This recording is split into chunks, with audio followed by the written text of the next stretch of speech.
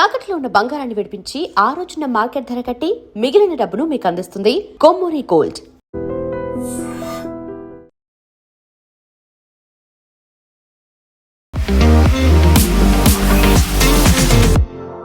నమస్తే, నేను Kavitha. Welcome to I dream news and నిజాలు. ఇరాన్ మీద అమెరికా, ఇజ్రాయెల్ దాడి ప్రారంభించి అది యుద్ధంగా కన్వర్ట్ అయిన తర్వాత ఇప్పుడు 6వ రోజు కూడా భీకరంగానే కొనసాగుతోంది. ఇరువైపులా ప్రాణ నష్టం జరుగుతోంది, ఆయుధ నష్టం, ఆస్తి నష్టం కూడా జరుగుతోంది.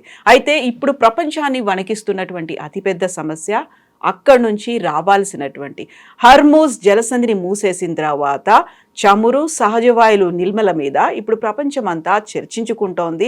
భారతదేశానికి సంబంధించి కేవలం 20 రోజుల వరకు మాత్రమే నిల్వలు ఉన్నాయి అనేటువంటి ఒక సమాచారం ఇప్పుడు భయపెడుతోంది. నిజంగా హర్మూజ్ జలసంధిని మూసేస్తే ఇంత ఎఫెక్ట్ ఎందుకుంది, ఎప్పటి వరకు ఇది సాల్వ్ అవుతుంది? మనతో పాటుగా ఉన్నారు సీనియర్ జర్నలిస్ట్ సురేష్ కొచ్చాతిల్ గారు. సార్ నమస్తే. సో చాలా క్లియర్గా అయితే చెప్తున్నారు, హర్మూజ్ జలసంధిని మేము ఎట్టి పరిస్థితులను ఓపెన్ చేయం అన్లెస్ అంటిల్ యుద్ధం గెట్స్ కంప్లీటెడ్, అది అయ్యే వరకు అనేది. ఇంపాక్ట్ ఎంత ఉంటుందంటారు? మనం అనుకుంటాం ఎప్పుడు స్ట్రెయిట్ ఆఫ్ హార్మూజ్ అనగానే దానికి ఒక సిగ్నిఫికెన్స్ ఏంటంటే దాని నుంచి వచ్చే ఆయిల్లో 60 నుంచి 70% అప్ టు 80% సమ్టైమ్ ఏషియాకి వెళ్తుంది. యూరోప్కి ఎక్కువ లేదు, అమెరికాకి అసలు లేదు, సౌత్ అమెరికా కూడా లేదు. అంటే మన ఇంపాక్ట్ ఉండబోయేది చైనా, ఇండియా, ఇండోనేషియా, అటువైపు ఉన్న కంట్రీస్ అని, మలేషియా అంతా, శ్రీలంక కూడా ఉంటుంది. సో అది చాలా క్రూషల్ అన్నమాట. ఇప్పుడున్న పరిస్థితుల్లో మనం అనుకుంటాం ఆయిల్ ఒకటే అనుకుంటాం, కాదు. ఆయిల్తో పాటు 40% ఆఫ్ వరల్డ్స్ ఫర్టిలైజర్ ఈ రూట్ నుంచి వస్తుంది. 40% పెట్రోకెమికల్స్ ఈ రూట్ నుంచి వస్తుంది. ఇప్పుడు ఆప్షన్ ఏంటంటే దీంట్లో వీళ్ళు ఫస్ట్ నేర్చుకున్నారు ఇరాక్ వార్ టైంలో, స్ట్రెయిట్ ఆఫ్ హార్మూజ్ అంతా చాలా టెన్షన్లో వచ్చినప్పుడు ఒక ఆయిల్ పైప్ లైన్స్ వేసుకుందని చెప్పి సౌదీ అరేబియా, మిగతా దేశాలన్నీ కలిసి ఒక pipe line, over the land pipe line వేసుకున్నారు. ప్రతిరోజు ఈ స్ట్రెయిట్ ఆఫ్ హార్మూజ్ నుంచి ట్రావెల్ చేస్తున్నది ఆల్మోస్ట్ 20 బిలియన్ బ్యారల్స్ ఆయిల్. దాన్ని రీప్లేస్ చేయడం అంత ఈజీ కాదు. సో దాన్ని రీప్లేస్ చేయాలంటే ఆయిల్ పైప్ లైన్ 50% రీప్లేస్ చేయగలదు, మిగతా 50% ఆగిపోతుంది. ఇప్పుడు ప్రెసిడెంట్ ట్రంప్ ఏమంటున్నారంటే నేను యుఎస్ నేవీని పెడతాను, US navy will take care of the entire strait of Hormuz అని. అంత ఈజీ కాదు. బహుశా నేను ఎక్స్ప్లెయిన్ చేసి ఉంటాను. స్ట్రెయిట్ ఆఫ్ హార్మూజ్ ప్రాబ్లం ఏంటంటే ఒకటి, ఇట్స్ వెరీ షాలో. పెద్ద పెద్ద షిప్లు చాలా కేర్ఫుల్గా వెళ్ళాల్సి వస్తుంది. జస్ట్ 3 కిలోమీటర్స్ వెడల్పు మాత్రమే ఆ టర్న్లో ఉంటుంది, ఒక్క టర్న్. కానీ 39 ఉంది maximum. That is 39 kilometres of width ఉంది ఒక పాయింట్లో minimum. That is the narrowest point. కానీ దాంట్లో ట్రావెల్ చేయగలిగేది 3 నుంచి 6 కిలోమీటర్లే విడ్త్. మిగతా అన్ని శాండ్ ఉంటుంది చాలా మటుకు. చాలా కేర్ఫుల్గా తీసుకెళ్తుంది. దాని నుంచి వెళ్ళే షిప్స్ వాళ్ళ క్యాప్టెన్స్ అంతా ఎక్స్పీరియన్స్డ్, ఆ రూట్లో ట్రావెల్ చేసేటవాళ్ళు. ఈ ప్రాబ్లం ఎక్కడ వస్తుందంటే ఇప్పుడు అది ఆగిపోయింది అనుకోండి, ఎక్కువ రోజులు ఆగదు. ఎందుకంటే ఒకటి, ఇరానియన్ రెవల్యూషనరీ గార్డ్స్ అంటున్నారు మేము దాని మీద కంట్రోల్ ఉంది మాకు అంటున్నారు. కానీ ఇప్పుడు లాస్ట్ ఒక 24 గంటల సేపట్లో ఇరానియన్ నేషనల్ గార్డ్ మీద చాలా దారుణమైన ఎయిర్ రైడ్స్ జరిగింది. హారబుల్ అనమాట. అంత ఇజ్రాయెల్ అండ్ అమెరికా కలిసి కొడుతున్నారు. ఒక గంట సేపు ఆల్మోస్ట్ 26 ఇజ్రాయేలీ ఎయిర్క్రాఫ్ట్ కలిసి కొట్టారు వాళ్ళు. బహుశా ఇంకొక 2-3 రోజుల్లో అమెరికన్ షిప్స్ రావడం మొదలు పెడతారు అక్కడ, అమెరికన్ నేవల్ షిప్స్. ఒకసారి అమెరికన్ నేవల్ షిప్స్ వస్తే మళ్ళీ ఈ షిప్స్ అన్నీ ఒకటే కాన్వాయ్ రూట్లో ట్రావెల్ కావచ్చు. అంటే ఒకటేసారిగా అందరు ట్రావెల్ చేస్తారు, ఇండివిజువల్గా ట్రావెల్ చేయకుండా. సో చాలా మటుకు it will be handling the problem. Fertiliser మీరు ఓవర్లాండ్ రూట్ నుంచి తీసుకురావాల్సి వస్తుంది. ఫర్టిలైజర్ మీరు ఇప్పటి నుంచి పక్కన పెట్టండి. First oil priority, next petrochemicals చూసుకోవాల్సి వస్తుంది. అది కాకుండా ఈవెన్ మన వైపు నుంచి పంపించే సరుకులు ఇప్పుడు అది పెద్ద ప్రాబ్లం అయింది. వెజిటబుల్స్ అండ్ బాస్మతి రైస్, మిగతా ఎసెన్షియల్. దానికోసం యూఏఈలో ఉన్న మాల్లో వాళ్ళ క్రౌన్ ప్రిన్స్ తిరిగి దుబాయ్ మాల్లో మాట్లాడుతున్నారు కన్స్యూమర్స్తో, ఏం టెన్షన్ లేదు, అన్నీ వస్తుంది, భయపడకండి అని చెప్పి. ఎందుకంటే వాళ్ళ దగ్గర కావాల్సిన కూరగాయలు కానీ మీట్ కానీ అంతా బయట నుంచి రావాలి. అందులో ఇప్పుడు మళ్ళీ రంజాన్ సీజన్. సో ఇప్పుడు ప్రాబ్లం ఇదే అనమాట. సో అక్కడ కావాల్సిన సరుకులు ఉండాలి, అది రావాల్సి ఉంటుంది. సో అది మనకి గల్ఫ్ నుంచి బయటకు వెళ్ళడం ఒకటే కాదు, గల్ఫ్కి వచ్చేది కూడా ఆగిపోతుంది.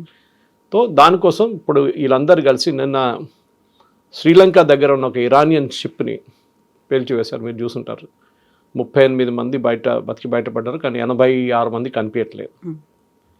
ఈ షిప్ ఇరానియన్ షిప్ మన విశాఖపట్నంలో మిలన్ ఇది ఉండే అన్ని ఇంటర్నేషనల్ ఒక నేవల్ ఎక్సర్సైజ్ ఉండే, దానికి వచ్చారు వాళ్ళు.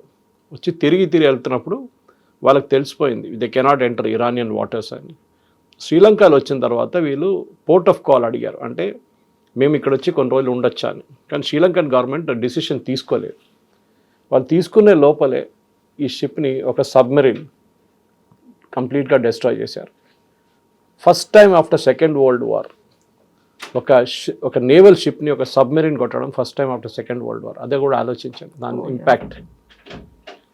దీంతో ఇరానియన్ నేవీ మొత్తం ధ్వంసమైందంటే అంతే, ఎందుకంటే వాళ్ళ దగ్గర షిప్స్ లేవు, ఎక్కువ ఉన్నదంతా పోయింది, మొత్తం పోయింది. వాళ్ళ దగ్గర ఇప్పుడు ఉన్నది మిసైల్స్ అండ్ డ్రోన్స్, ఇదే ఉన్నాయి వాళ్ళ దగ్గర. ఫస్ట్ డే వీళ్ళు ఆల్మోస్ట్ లాంచ్ చేసిన మిసైల్స్ అండ్ డ్రోన్స్ కంపేర్ చేసి నిన్న దాకా వచ్చినప్పటికీ 80% తగ్గింది. ఓకే, అంటే వాళ్ళ దగ్గర కెపాసిటీ తగ్గుతూ పోతున్నారు. కానీ నిన్న చాలా ఒక ఇంపార్టెంట్ మిసైల్ వాళ్ళు ఫైర్ చేశారు టర్కీ వైపు. మనం అనుకుంటాం టర్కీని కొట్టడం కాదు, టర్కీలో ఒక అమెరికన్ బేస్ ఉంది దానికి, కానీ దాన్ని నేటో ఫోర్సెస్ కొట్టిపడేశారు దాన్ని, జెట్స్, బ్రిటిష్ జెట్స్. కానీ ఇప్పుడు ఈ స్కోప్ వైడన్ అవుతుంది చూడండి. మనం అనుకుంటాం ఇది problem is only with Gulf, కాదు. దుబాయ్ ఇంటర్నేషనల్ ఎయిర్పోర్ట్ 75 మిలియన్ ప్యాసింజర్స్ని హ్యాండిల్ చేస్తారు ప్రతి సంవత్సరం.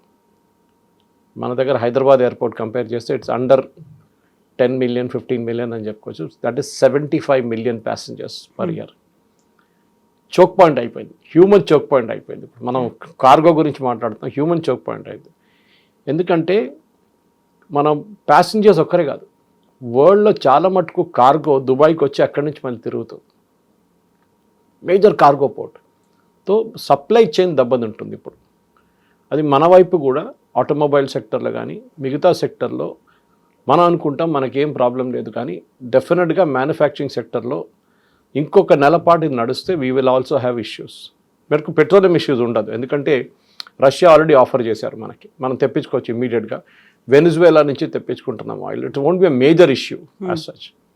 కానీ స్ట్రైట్ ఆఫ్ హార్మూజ్ కాకుండా మిగతా రూట్ నుంచి కూడా తీసుకురావచ్చు ఆయిల్, కాబట్టి కేప్ ఆఫ్ గుడ్ హోప్ నుంచి తీసుకురావచ్చు.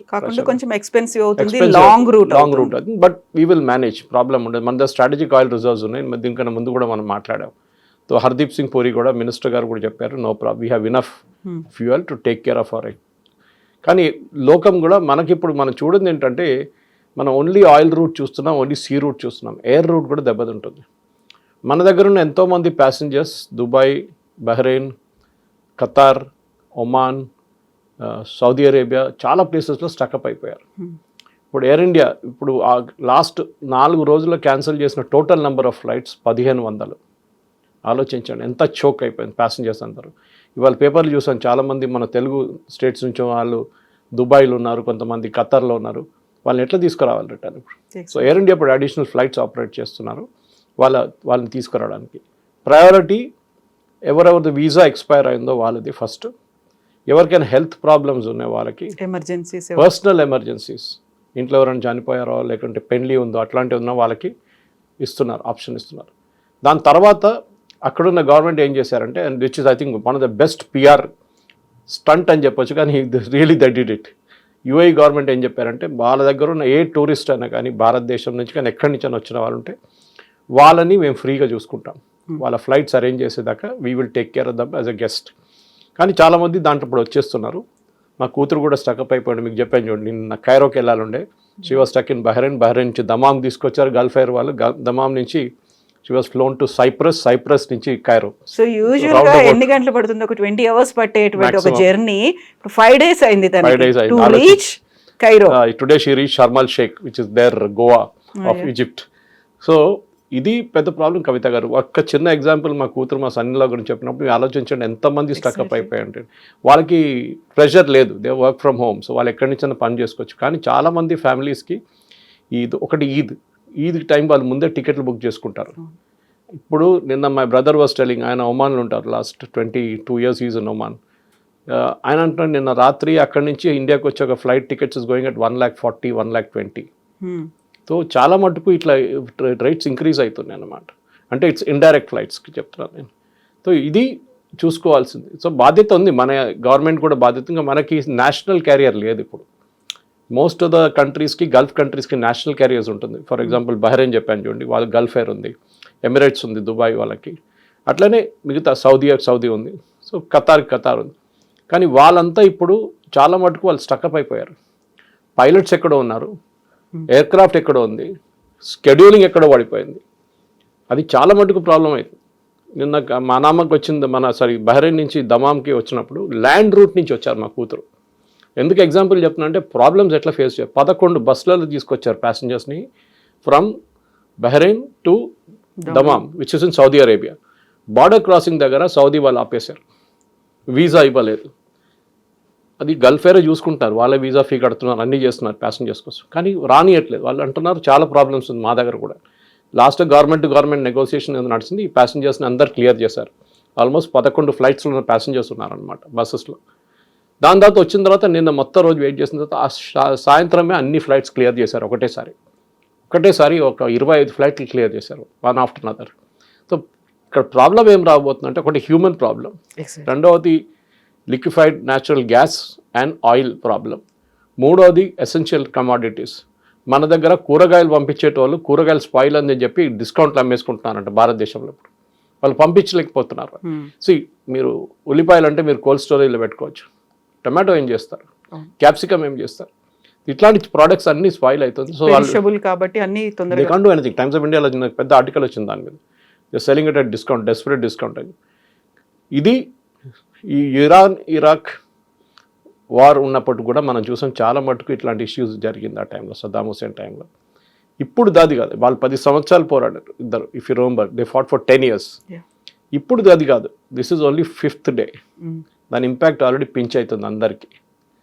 ఇప్పుడు అమెరికా ఒక ఎగ్జిట్ స్ట్రాటజీని చూస్తున్నారు, దీని నుంచి బయటికి ఎట్లా పడాలి. బర్డెన్ ఎక్కువైపోతుంది. అభిమన్యుని చక్రవ్యూహంలో పంపించినట్లు అయిపోయింది, బయటికి రావడానికి నేర్పియలేదు. This is going to be exit. ఏం ఎగ్జిట్ స్ట్రాటజీ ఉండబోతుంది. రెజీమ్ చేంజ్ జరగట్లేదు, జరుగుతుంది కానీ టైం పడుతుందంటే అమెరికన్ కాంగ్రెస్ దగ్గర నుంచి అప్రూవల్ తీసుకోవాల్సి వస్తుంది. నిన్న ఆల్రెడీ ఒక రెజల్యూషన్ పాస్ చేసేసారు, ఎట్లా with great deal of difficulty for Trump pass చేశారు. That is 53 to 47 votes. కానీ ముందు ఇంకా ఒక 6 వారాల తర్వాత మళ్ళీ ఇంకో ఓటింగ్ ఉంటుంది. దాంట్లో ఏం జరుగుతుందో చెప్పలేము మనం. ప్రెసిడెంట్ ట్రంప్కి లిమిటెడ్ ఆప్షన్స్ ఉన్నాయి. మనం ఆఫ్ఘనిస్తాన్ వార్ టైంలో అమెరికాలో అప్పుడున్న president, I don't remember who it was, Bush ఎవరు ఉన్నారు ఆ టైంలో, క్లింటన్, 80% అప్రూవల్ రేటింగ్స్ ఉండే for entering Afghanistan. Entering Iraq, Saddam Hussein అండర్లో ఆపరేషన్ డెజర్ట్ స్టామ్ అనుకుంటాను, that was a code name for that operation. That had 65% approval ratings. దీనికి 30% approval ratings కూడా లేదు. ఇప్పుడు లాజిక్ ఏం మాట్లాడుతున్నా అంటే, ఇజ్రాయెల్ అమెరికాని ట్రిక్ చేశారు, ఇజ్రాయెల్ గుంజుకొచ్చారు అమెరికాని, బలవంతంగా లాక్కొచ్చింది యుద్ధంలో దించేశారు. ఇజ్రాయెల్ ఏమో కొడుతున్నారు ఇప్పుడు కూడా, వాళ్ళు పని చేసుకుంటున్నారు. వాళ్ళ గ్రేటర్ ఆబ్జెక్టివ్ ఏముండే, అక్కడ ఉన్న ఇరాన్లో ఉన్న ఖమేనీ రెజీమ్ని తీసేసేయాలి. అది ఇంకా జరగలేదు, కానీ ఫస్ట్ లెవెల్ కంప్లీట్గా డికాపిటేట్ చేసేసారు.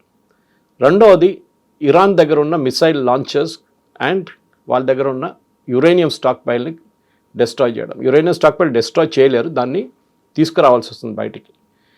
ఈ మిసైల్ లాంచెస్ ఇవాళ పొద్దున కూడా 6:30 ఇజ్రాయెల్ 22 ఎయిర్క్రాఫ్ట్ అని చెప్పాను చూడండి వచ్చి, they destroyed more than 80 missile launching sites. అంటే వీళ్ళు లాంచ్ చేయడానికి రెడీగా ఉన్నప్పుడు కొట్టారంట. ఇది రెగ్యులర్గా జరుగుతుంది. దానికోసం చెప్పాను 80% తగ్గింది మిసైల్ లాంచెస్. ఇంకా 2 రోజుల తర్వాత అది 90% అయిపోతుంది. బికాజ్ వాళ్ళ దగ్గర ఉన్న లాంచింగ్ కెపాసిటీ లేదు, డ్రోన్స్ ఉన్నాయి వాళ్ళ దగ్గర. ఇవాళ కూడా షో ఆఫ్ చేశారు వాళ్ళు. మనం నిన్న చేసిన స్టోరీ రాత్రి సిఎన్ఎన్లో చూశాను మళ్ళీ నేను. సిఎన్ఎన్ ఒక స్టోరీ ఎర్లీ మార్నింగ్, అంటే Indian time early morning release చేసిన ఒక స్టోరీ, అదే మాట్లాడుతున్నారు. Cheaper drones versus expensive missiles, who will win అని చెప్పి. సో అమెరికా కూడా ఏం చేశారంటే నిన్న ఒక 6 నెలల ముందు పీటర్ హెస్గెత్ వాళ్ళ defence secretary, now it's called war secretary, ఆయన ఒక ఆర్డర్ ఇష్యూ చేశారు, సీక్రెట్ ఆర్డర్, డ్రోన్స్ తయారు చేయమని చెప్పేసి. యుఎస్ ఎప్పుడు వాళ్ళ ఎయిర్ ఫోర్స్ మీద ఆధారపడి ఉంటారు, లేకుంటే వాళ్ళ సబ్మెరీన్ టామ్హాక్ మిసైల్స్ మీద. సడన్గా డ్రోన్స్ ఆర్డర్ చేశారు రైతాన్ అని చెప్పి వాళ్ళ దగ్గర, డిఫెన్స్ కాంట్రాక్టర్ కంపెనీ ఉంది వాళ్ళ దగ్గర. ఎందుకు వాళ్ళు కూడా అర్థమైపోయింది, టు హిట్ ద ఇరానియన్స్. అదే వాళ్ళ దగ్గర ఏముందో అదే మనం కూడా యూజ్ చేస్తే they will be able to hit అని అమెరికాకి అర్థమైపోయింది. ఈ $1 million $2 million ఉన్న మిసైల్స్ కానీ పేట్రియట్ కానీ మిగతా మిసైల్స్ వాడక్కర్లేదు. We can do with this itself. కానీ ఇప్పటికి ప్రొడ్యూస్ చేయలేదా మరి? ఎందుకని 5 days నుంచి దాన్ని ఎందుకు వాడుతున్నారు? ప్రొడ్యూస్ చేశారు. ఇప్పుడు ఎస్టర్డే మొన్నటి నుంచి వాళ్ళు దింపారు దీనిలో. ఇరానియన్స్ని ఇప్పుడు డ్రోన్తో కొడుతున్నారు అమెరికా కూడా. So if you can't beat them join them అంటారు ఇంగ్లీష్లో. అదే నడుస్తుంది అన్నమాట. మీరు వాళ్ళు కొట్టకపోతే వాళ్ళలాగానే పర్ఫామ్ చేయండి, వాళ్ళు అదే చేస్తుంది, మీరు కూడా అదే చేయండి. సో వార్ టాక్టిక్ మారిపోయింది. ఇప్పుడు అమెరికాకి తెలిసిపోయింది ఇది గెలవాలంటే you should hit at a lower caste, లేకుంటే మనకు వార్ కాస్ట్ చాలా కొంతమంది నిన్న $3 trillion అంటున్నారు ఇప్పుడు దాకా ఖర్చు పెట్టింది. I'm not sure the number, కానీ ఎక్కడో చెప్పారంటే ఏదో ఛానల్ వాళ్ళు CNN ABC న్యూస్ ఎవరో 2 trillion కూడా తీసుకుందాం. It's a very expensive war. దాంతోపాటు వాళ్ళ పొద్దున కోర్ట్ డెసిషన్ ఒకటి వచ్చింది, ఆ కలెక్ట్ చేసిన టారిఫ్లన్నీ రీఫండ్ చేయమని చెప్పేసి. అది పెద్ద ఒక దెబ్బ ప్రెసిడెంట్ ట్రంప్కి. ఎందుకంటే మా డబ్బులు లేవు, ఫస్టే డెఫిసిట్ మీద నడుస్తున్నారు, దాని మీద ఇది కూడా వచ్చి పడ్డది. మా దాంట్లో అంటారు తల మీద వచ్చి ఈ లైట్నింగ్ కొట్టిన మనిషికి మళ్ళీ పాము వచ్చి పడ్డదంట తల మీద. ఆ సంగతి తెలుగులో కూడా ఉంటుంది, పురుగు మీద పుట్రలా అంటారు. వరుసగా ఒకదాని తర్వాత ఒకటి పైలపై. Trump is now facing the music. వాళ్ళ దాంట్లో ఇప్పుడు ట్రంప్కి ఎగ్జిట్ స్ట్రాటజీ ఆలోచిస్తున్నారు ఏం చేయాలని. ఎగ్జిట్ స్ట్రాటజీ ఓన్లీ థింగ్, ఇరాన్ని ఇంకొక వారం కొడితే వాళ్ళు దిగొస్తారా లేదా. Next we are discussing last evening మనం మాట్లాడుతున్నప్పుడు కర్డ్స్ గురించి మాట్లాడాం. కర్డ్స్ ఏం చేయబోతున్నారు. కర్డ్స్ అనేది ఒక ట్రైబల్ కమ్యూనిటీ, ఇరాక్ ఇరాన్ బార్డర్లో ఉన్నారు, సిరియా ఇరాక్ బార్డర్లో కూడా ఉన్నారు. వాళ్ళు ఎప్పటి నుంచో మాకు ఒక ఇండిపెండెంట్ కర్డిస్తాన్ కావాలని అడుగుతున్నారు. వీళ్ళిద్దరు కలిసి ఇరాక్లో ఉన్నప్పుడు ఇరాకీ గవర్నమెంట్ కొడతారు, ఇరానియన్ గవర్నమెంట్ వాళ్ళ మీద బాంబులు వేస్తారు, ఇక్కడ సిరియన్ గవర్నమెంట్ కూడా వాళ్ళ మీద బాంబులు వేస్తారు, టర్కీ కూడా వాళ్ళ మీద అటాక్ చేస్తారు. ఇప్పుడు సిఐ యొక్క ఆపరేషన్లో ఏం చేస్తున్నారంటే వీళ్ళకి ఆయుధాలు ఇస్తున్నారు. ఆయుధాలు లిమిటెడ్ ట్రైనింగ్ ఇచ్చి వీళ్ళని ఇరాక్లో ఎంటర్ చేయమంటే ఇవాళ పొద్దున ఎంటర్ చేశారంటున్నారు. చూడాలి ఎక్కడ దాకా సక్సెస్ఫుల్ అవుతారు. ఎందుకంటే ఇప్పుడు కొట్టాల్సిందంటే మెయిన్గా ఇరానియన్ రెవల్యూషనరీ గార్డ్స్ అండ్ వాళ్ళ దగ్గర ఉన్న ఒక మిలిషియా ఉంది, ఈ ఇద్దరిని కొట్టాల్సి వస్తుంది. సో దానికోసం చేయాల్సిన పని నిన్న రాత్రి నుంచి ఇవాళ పొద్దున్న దాకా American air force jets 21 major police stations and revolutionary guard command centres కొట్టారు వాళ్ళు. అది కాకుండా ఇంట్రెస్టింగ్లీ ఈ బార్డర్ ఇరాన్ ఇరాక్ బార్డర్లో ఉన్న బార్డర్ చెక్ పోస్ట్ అది కూడా ఇరాన్ రెవల్యూషనరీ గార్డ్స్ మెయింటైన్ చేస్తారు. చాలా మంది ఉంటారు అక్కడ. ఆ పోస్ట్ అన్నీ నిన్న రాత్రి దే హ్యావ్ బాంబ్డ్ అమెరికన్స్. ఎంతమంది గార్డ్స్ చనిపోయారో తెలియదు, కానీ ఎందుకంటే దాంతో కర్డ్స్ మూవ్ చేయడం మొదలుపెట్టారంట ఇరాన్ లోపలికి. కానీ అక్కడున్న ప్రజలు ఏం చేస్తారో అది ఇప్పుడు పెద్దగా ప్రశ్నగా మారిపోయింది కవిత గారు. ప్రజలు రియాక్ట్ కావట్లేదు. మీరు చూసుంటారు ఒక 6 వారాల ముందు జరిగిన రోడ్డు మీద దిగి ప్రొటెస్ట్ చేసిన వాళ్ళు ఎవరు కనిపించట్లేదు ఇప్పుడు. ఎందుకు అని అర్థం కావట్లేదు.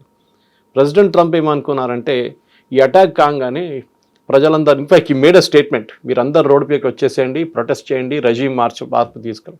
కానీ ఎవరు రోడ్డు మీదకి రావట్లేదు. ఇనిషియలీ కొన్ని వీడియోస్ చూసాం, కొంతమంది సెలబ్రేట్ చేస్తున్నారు కమ్యూనిటీ చనిపోయారని, కానీ ఆ ప్రొటెస్ట్ కనిపించట్లేదు. వీళ్ళు భయపడుతున్నారా? రెవల్యూషనరీ గార్డ్స్ని భయపడుతున్నారా? ఈ మాఫియా వాళ్ళని భయపడుతున్నారా? వీళ్ళ కోసం ఇంకేమైనా సహాయం చేయాలంటే అమెరికా గ్రౌండ్ ట్రూప్స్ దించాల్సిందే. అది అమెరికా చేయదు. బ్రిటన్ రెడీగా లేరు. Britain is not even cooperating. స్పెయిన్ని నిన్న థ్రెటన్ చేసి టారిఫ్లు పెట్టేశాడు. ఫ్రాన్స్ ఏదో కొంచెం యాక్సెప్ట్ చేసి వాళ్ళకు వార్షిప్ పంపించారు, అంతే, ఒక ఎయిర్క్రాఫ్ట్ కెరియర్ పంపిస్తున్నారు. But that is not enough. ఎందుకంటే నేటో ఫోర్సెస్ వస్తారనుకున్నారు ట్రంప్, కానీ వాళ్ళు రావట్లేదు సహాయానికి. It is now only America and Israel. Even Gulf countries కూడా వాళ్ళ మీద బాంబ్ వేసిన తర్వాత కూడా వాళ్ళు రియాక్ట్ కావట్లేదు. ట్రంప్ క్యాల్కులేషన్ ఏముందంటే సౌదీ అరేబియా మీద వాళ్ళ అరామ్కో రిఫైనరీ కానీ మిగతా అసెట్స్ మీద అటాక్ చేస్తే సౌదీ అరేబియా అటాక్ చేస్తారు. నిన్నటి నుంచి ఒక రూమర్ ఏంటంటే ఈ వార్లో మెయిన్ స్పాన్సర్ ఇజ్రాయెల్ పక్కన పెడితే వాజ్ సౌదీ అరేబియా. ఎందుకంటే సౌదీ అరేబియాకి ఇరాన్కి ఎప్పుడు పడదు, వాళ్ళ నడిమిట్లో ఎప్పుడో గొడవ ఉంటుంది. హూతీస్ని సౌదీ అరేబియా కొట్టారు, చాలా టైంలో బాంబింగ్ చేశారు. సో సౌదీ అరేబియాకి ఇరాన్ నుంచి ఒక రెజ్యూమ్ చేంజ్ రావాలని చాలా రోజు కోరుకుంటున్నారు. దాన్ని ట్రంప్కి వాళ్ళు మోటివేట్ చేసి మేము మీకు ఫండింగ్ ఇస్తాము, మీరు మొదలు పెట్టండి అని చెప్పారు. సో సౌదీ అరేబియా రూల్ చాలా క్రూషియల్గా ఉండబోతుంది. ఎందుకంటే వీళ్ళందరూ మొనార్కీస్, అంటే ఫ్యామిలీ హెల్త్ కన్సర్న్స్ అనమాట. అది మీరు ఏ గల్ఫ్ రీజన్ చూడండి అక్కడ అంతే ఉంటుంది. ఇప్పుడు ఇరాన్లో జరగబోయేది అక్కడ మొనార్కీ లేదు. అక్కడ కూడా మొనార్కీ తీసుకురావాలంటే మన షా పెల్వి జూనియర్ కూర్చున్నారు వాషింగ్టన్లో. కానీ ట్రంప్ నిన్న చాలా క్లియర్గా చెప్పారు, is a good guy but not capable of running a country అని. సో ఆ దేశం నడిపించాలంటే ఎవరిని కావచ్చు. కర్డ్ ఒకటి, రెండవది రెవల్యూషనరీ గార్డ్స్ కొట్టడం, మూడవది వాళ్ళ మాఫియాని కొట్టడం, నాలుగోది వాళ్ళ మిసైల్ సైట్స్ని డిస్ట్రాయ్ చేయడం. ఐదోది వాళ్ళ డ్రోన్ కెపాసిటీని డిస్ట్రాయ్ చేయడం. నిన్న కూడా వాళ్ళు ఒక డ్రోన్ వీడియో రిలీజ్ చేశారు. చాలా డ్రోన్స్ ఇట్లా అరేంజ్ చేస్తుంది, చాలా బ్యూటిఫుల్ చూడండి. అది పాత వీడియో ఉండొచ్చు బహుశా. ఇది 5 జరిగితేనే నెక్స్ట్ 1 వీక్లో 10 రోజుల్లో ఒక ఇరాన్లో ఒక మార్పు రావచ్చు. కానీ దాని కూడా ఇరాన్లో ఉన్న ప్రజలు రోడ్డు మీద దిగుతూనే అవుతుంది, లేకుంటే కాదు. That is going to be the most crucial thing అనమాట. It's long way to go అన్నట్టు అక్కడ కనిపిస్తోంది. యాక్చువల్గా ఇజ్రాయెల్ అమెరికాని లాక్కొని వచ్చింది, దీని మీద వేసింది. ఆ తర్వాత ఇరాన్ చేసినటువంటి అటాక్తో గల్ఫ్ కంట్రీస్ కూడా అన్నెసెసరీ ఒక బర్డన్ని వాళ్ళు మోయాల్సి వస్తుంది. అక్కడ ఉన్న వాళ్ళకి, ప్రయాణికులకి మొత్తం అన్ని ఎక్స్పెన్సెస్ పెట్టుకుంటుంది, ఇంక్లూడింగ్ వీసా, ఫుడ్, అకామిడేషన్, ఇవన్నీ. అండ్ అదర్ కంట్రీస్కి ఏమో oil and natural gases effect పడుతుంది. ఒక ఖమేనీ వల్ల ఇంతమందికి ఆయన చంపాలి, ఆయన్ని తొలగించాలి అని ఒక ఇజ్రాయెల్ అనుకోవడం వల్ల ఇన్ని దేశాలకి, ఇన్ని కోట్ల మందికి ఇంత నష్టం జరుగుతుంది. ఇది ఎప్పుడు రియలైజ్ అవుతారా, లేకుంటే అది everything is fair in war అలాగే అనుకుంటారు? Love and war. Love. Problem ఎక్కడ వస్తుందంటే వీళ్ళు మిస్కాల్కులేషన్ 2-3 చేశారు. ఒకటి, వీళ్ళు అనుకున్నారు ఇరాన్ అమెరికన్ ఎయిర్ బేసెస్ని అటాక్ చేస్తారనుకున్నారు. అమెరికన్ నేవల్ బేస్ బహ్రెయిన్లో మనామాలో 5th ఫ్లీట్ ఉంది, వాళ్ళ బేస్ని అటాక్ చేస్తారు. 2 సార్లు చేశారు ఇప్పుడు దాకా. అలెద్ బేస్ ఉన్నది ఖతార్లో, which is the largest one. 8,000 మంది నుంచి 10,000 మంది ఉన్నారు అమెరికన్ సర్వీస్ మ్యాన్. దాని మీద దాడి చేశారు. Okay, still manageable. కువైత్లో ఒక బేస్ మీద దాడి చేశారు. సైప్రస్లో యూకే బేస్ని కొట్టారు, అగైన్ మేనేజబుల్. కానీ దుబాయ్ ఇంటర్నేషనల్ ఎయిర్పోర్ట్ మీద కొట్టడం, పామ్ జుమేరా మీద అటాక్ చేయడం వాజ్ అ సిగ్నిఫికెంట్ మార్క్. అక్కడే వీళ్ళకు అరబ్ కంట్రీస్ కూడా ఇప్పుడు ఒక కోపం ఉంది. అంటే మేము మునుగుతున్నాం, ఎట్లయినా మిమ్మల్ని కూడా తీసుకొని మునుగుతాం. అది అక్కడ ఉన్న రెజీమ్ పాలసీగా అనిపిస్తుంది. ఎందుకంటే వీళ్ళ గల్ఫ్ కంట్రీస్కి, కవిత గారు, వాళ్ళకి ఒకటే revenue source oil and gas. Qatar oil ఆపేశారు, ఎల్ఎన్జీ ప్రొడక్షన్ ఆపేశారు. సౌదీ అరేబియా వాళ్ళ మేజర్ రిఫైనింగ్ ఆపేశారు, కానీ క్రూడ్ ఆయిల్ ఇప్పుడు కూడా తీసుకెళ్తున్నారు.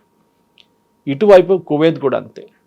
మీరు యుఏఈలో చూస్తే వాళ్ళ దగ్గర ఒక ఎమిరేట్లో 2 ఎమిరేట్స్లోనే ఆయిల్ ఉంది, మిగతా దాంట్లో ఆయిల్ లేదు. వాళ్ళకున్న టూరిజం ఒక సేఫ్ ప్లేస్గా దుబాయ్ అని ఒక ప్లేస్ అనుకున్న దానికి it is really safe actually, even now, దానికి డౌట్ లేదు. ఆ ఇమేజ్ని ఐ థింక్ ఇట్ ఇస్ చాలా పెద్ద ఒక హిట్ జరిగింది, పెద్ద మార్క్, ఏం చెప్తారు, ఒక నెగటివ్ ఇమేజ్ వచ్చేస్తుంది. Dubai is also not safe అని. అది ఇరాన్ స్ట్రాటజీ ఉండేది. మీరేమనుకుంటున్నారు, మీ దగ్గర వచ్చి అందరూ ట్యాక్స్ ఫ్రీ ఇన్కమ్ ఉందని చెప్పి ఉంటారా? మీ దగ్గర ఎక్స్పాట్రియేట్స్ వస్తున్నారా, యూరోపియన్స్ వస్తున్నారా, అమెరికన్స్, వాళ్ళని కూడా మేము ఆపగలము.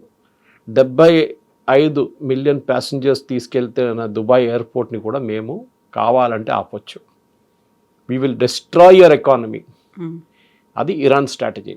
బట్ ఇరాన్ని చాలా తక్కువగా అంచనా వేసినట్టున్నారు కదా, అంత లేదు అనేటువంటి, మేము చాలా పెద్ద దేశాలు, మా దగ్గర డిఫెన్స్ ఎక్విప్మెంట్ ఉంది, టెక్నాలజీ ఉంది, మా దగ్గర డబ్బులు ఉన్నాయి, ఇవన్నీ ఒక రకంగా చూస్తే ముందు నుంచి అమెరికా అంటే ఆధిపత్యం, అమెరికా అంటే అహంకారం ఇలాంటిది ఉండేది.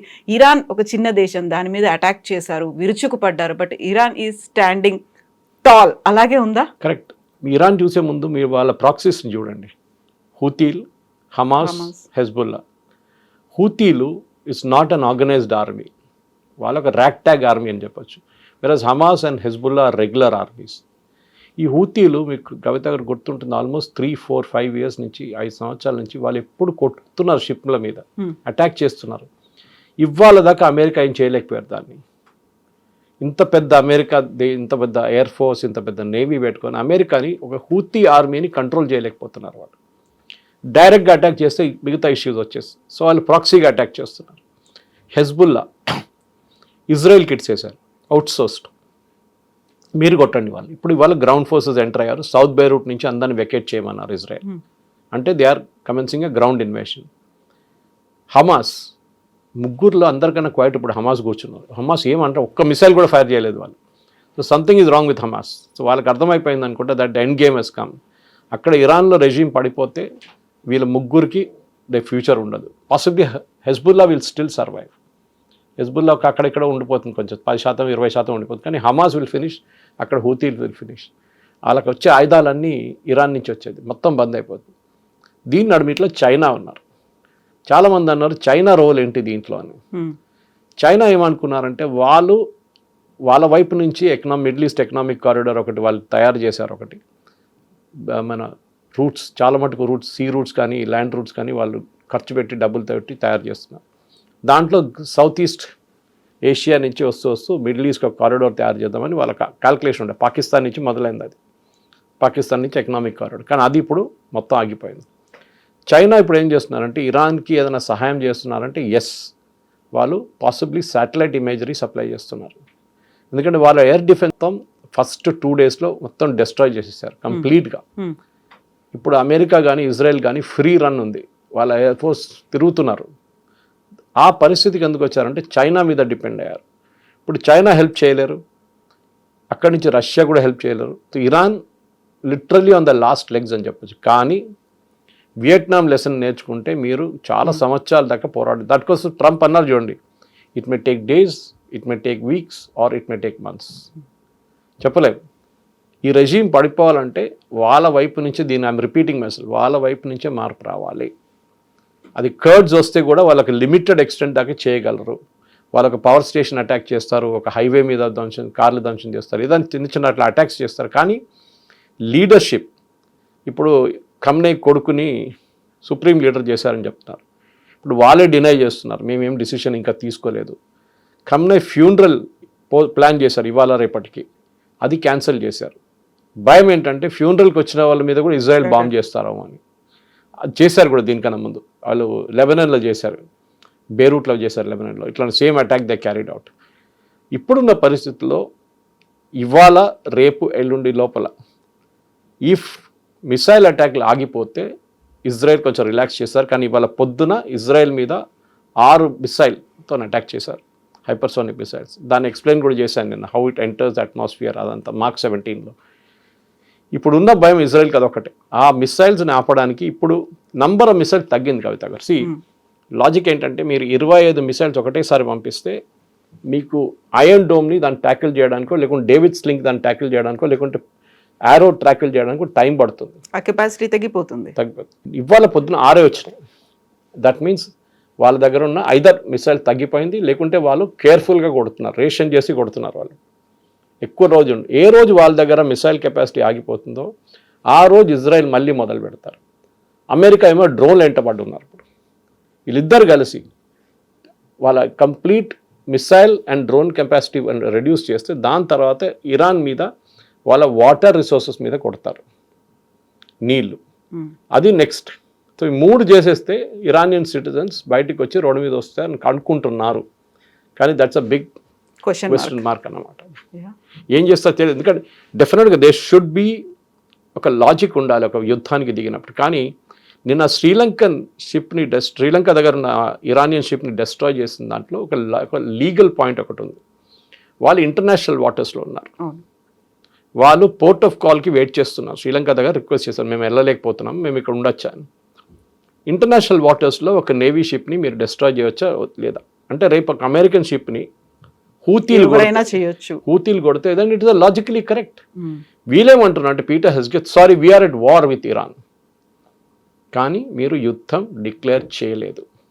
యుద్ధం డిక్లేర్ చేసే పవర్ ప్రెసిడెంట్ ట్రంప్కి లేదు. It is only the American Congress which can declare a war. అది జరగదు. మీరు సద్దాం హుసేన్ టైంలో చూడండి ఆ యుద్ధం, కానీ దాని తర్వాత జరిగిన మిగతా ఆఫ్ఘనిస్తాన్ టైంలో కూడా అప్పుడు అప్రూవల్ యుఎస్ కాంగ్రెస్ నుంచి వచ్చింది. ఇప్పుడు యుఎస్ కాంగ్రెస్ దగ్గర అప్రూవల్ రాలేదు. సో ప్రెసిడెంట్ ట్రంప్ కూడా నౌ ఈజ్ స్టక్. ఎందుకంటే ఇప్పుడు ఈ యుద్ధం ఇంకా కొంచెం ముందుకెళ్ళి ఇంకా ఒక 20 మంది అమెరికన్ సర్వీస్ మెన్ చనిపోతే అప్పుడు ట్రంప్ మీద చాలా మటుకు ప్రెషర్ వస్తుంది to withdraw from this entire thing. Withdraw చేస్తే ఆయనకి ఉన్న ఫేస్ కూడా పోతుంది కంప్లీట్గా. It's stuck between the rock and the hard place అంటారు. ఇట్ ఈస్ సో ట్రూ కవిత గారు. అండ్ చూద్దాం, ఐ థింక్ బహుశా ఈ వీకెండ్ లోపలనే ఏదో అటో ఇటువైపు అయిపోతుంది. కానీ డెఫినెట్గా ఇరాన్ ఈజ్ ఆల్మోస్ట్ ఫినిష్డ్. వాళ్ళ ఆయుధాలు, డ్రోన్స్ ఉంటుంది, ఇంకొక బహుశా ఒక 12 నుంచి 14,000 డ్రోన్స్ ఉందంటున్నారు వాళ్ళ దగ్గర. లాంచర్స్ కావాలి. మీ దగ్గర మిసైల్ ఉంటే కూడా లాంచర్స్ లేకుండా లాంచ్ చేయలేరు. సో లాంచర్స్ డిస్ట్రాయ్ చేస్తున్నారు ఇజ్రాయెల్. తో వాళ్ళ దగ్గర 5,000-6,000 8,000 దాకా మిసైల్స్ ఉందంటున్నారు, both supersonic and hypersonic. Fatah 1 and Fatah 2 ఈ 2 వాళ్ళ దగ్గర ఉంది. దీన్ని ఎట్లా వాడతారో వితౌట్ లాంచర్స్ చూడాల్సింది. ఇంకెక్కడన్నా దాచిపెట్టారో or they have some mobile launcher somewhere, అది చూసి దాని మీదే అమెరికా కానీ ఇజ్రాయెల్ కానీ రియాక్ట్ చేయబోతున్నారు. అది బహుశా ఇంకా ఈ సాటర్డే లోపల మనకు తెలిసిపోతుంది. అప్పటికి ఒక 8 days కూడా అయిపోతుంది. చెప్పలేము, ఎందుకంటే మనం ఇప్పుడు రికార్డ్ చేస్తున్నాం, నువ్వు చెప్పాలి ఈ రికార్డ్ చేసే టైంకి ఇది పోస్ట్ చేసే టైంలో యూట్యూబ్ లో ఏమైనా జరిగితే we're not responsible for it, ఒక డిస్క్లైమర్ పెట్టాల్సి వస్తుంది అనమాట. Yes, sir. Thank you so much. Thank you very much. Thank you.